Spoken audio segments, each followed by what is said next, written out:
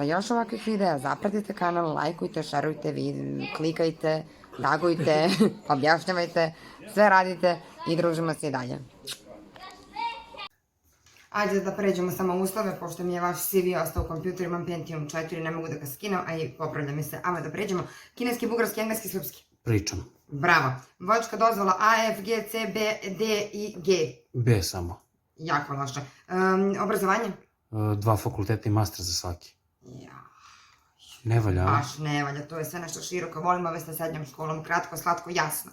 Užas. Ajde da probamo dalje. Iskustvo? 10 godina na poziciji menadžera. Imate 30 godina i samo 10 godina iskustva. Pa šta ste drugih 20 radili? Ovo je strašno. Ajde da probamo probni rad. 3 godine dobili ste posao i bit ćete menadžer vrata. Menadžer čega? Vrata. Znači imat ćete interakciju sa vratima i naučit ćemo kako se otvaraju vrata klijentima, kako se smete, kome kiselo, kome široko, imat ćete naravno obuku i sve to čestitam. Hvala. Oglas za posao, direktor marketinga. Bravo. Ajde da samo prođemo uslove. Uslove. Ovako, brzinski. Imate li svoj stan? Ja sa roditeljima živim. Imate svoju sobu? Pa brat se ženio pa imam sad. Odlično, sad ste dobili konačno. Imate li laptop?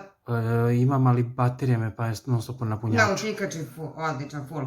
Štampač? Nemam, idem u kopirnicu pored zgrade. O, pored zgrade, to je već prednost. Samo mi kažete toalet papir, da li imate? Pa nekada nestane, ali...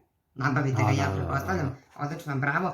Struju? Trofazno. Trofazno, vi ste idealan kandidat, bravo. Jeste kući po ceo dan? Pa možda odem do prodavnice. Možda neko drugi? Pa mamu pošaljem neko. Mama, normalno, ko će drugi? Bravo, vi ste pravi kandidat, dobili ste posao, radit ćete po ceo dan, tako je, od svoje kuće i mirno sve. Mi vam damo para na ruke, vi samo treba da uplatite porez i doprinose. A kome sam direktor? Sebi.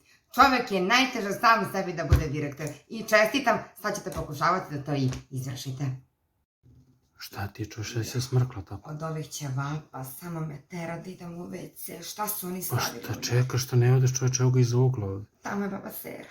Pa dobro, žena radi, mislim. Šta bre žena radi sam? Ona ne, to nije posao, ona ne plaća porez, ona ne traži 10 dinara, ona traži 50 dinara i to je čistih 50 dinara, ona ne plaća porez državi za to. Znači oni mene otruju ćevapima, tu me stisne, ja odem kod baba Sere, daj mi 50 dinara, svi ona čistih 50 dinara ima, drugo ja ne imam samo 10.